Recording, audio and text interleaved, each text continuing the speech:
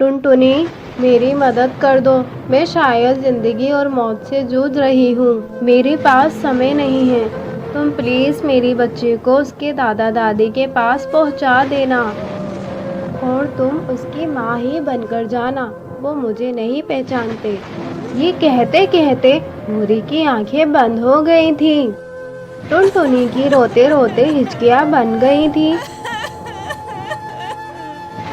अब मैं क्या करूं? भूरी को कैसे छोड़कर जाऊं? उसने गुड़िया को अपने सीने से बांध लिया। वे भूरी के बताए हुए पते पर पहुंच गई।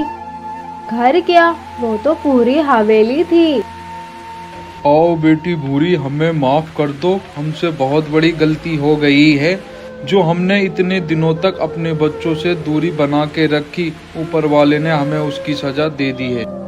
टुन्नू की माँ सुंदरी ने उसे गले लगा लिया और कहा, लाओ इस बच्ची को मुझे दे दो।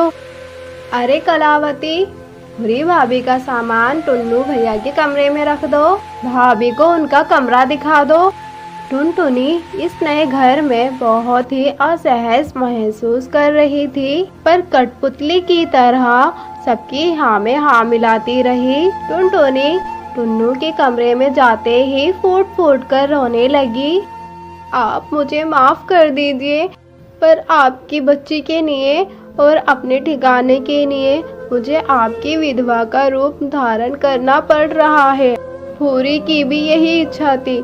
मैं विधवा बनकर कब तक इस घर में रह पाऊंगी? जब इस झूठ का पर्दाफाश होगा तो क्या मुंह दिखाऊंगी? फिर तभी सुंदरी देवी अपने बहू के कमरे में आई तो उसने कहा, हमने जब टीवी पर समाचार देखा कि तूफान ने जंगल में कहर मचाया हुआ है तो हमारी उम्मीदें तो सारी ही टूट गई थी, पर तुम्हें देखकर हमें नया जीवन मिल गया। चलो खाना खाकर आराम कर लो। हमें सुबह जल्दी उठकर डॉक्टर के पास भी जाना है गुड़िया को लेकर। जी माँ जी। टुनटुनी को रहते हुए 1 साल होने को आया। अब समय आ चुका है मैं इन लोगों को सच्चाई बता दूं। कब तक मैं इन लोगों को धोखे में रख सकती हूँ? यही सोचकर वे अपने सास के कमरे की तरफ बढ़ी। तभी उसकी सास की आवाज सुनाई पड़ी, इतनी बड़ी बात मैं कैसे कह सकती हूँ? अगर वो नहीं मानी तो? एक बार कह के तो देखो, उसकी मर्जी के बिना हम कुछ नहीं कर सकते। देव कबूतर ने खुद ही उसके साथ शादी का प्रस्ताव रखा है। वह टुन्नू का दोस्त है। टुनटुनी ने सुना तो उसकी आंखों में आंसू आ गए। वे तुरंत ही अंदर चली गई।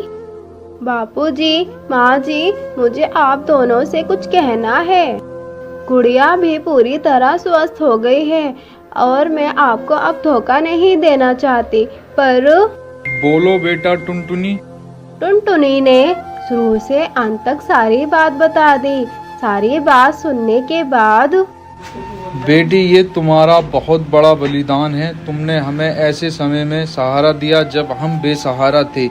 एक तरफ टुन्नू की मौत और दूसरी तरफ भूरी की मौत का समाचार सुनकर शायद हम दोनों, तुम्हारे उस झूठ ने हमें जीवन दान दिया। ये सच है, तुमने इतने दिनों तक हमारे घर में कुंवारी विधवा बहू बनकर, अब हम तुम्हारी शादी करके अपने हाथों से विदा करेंगे।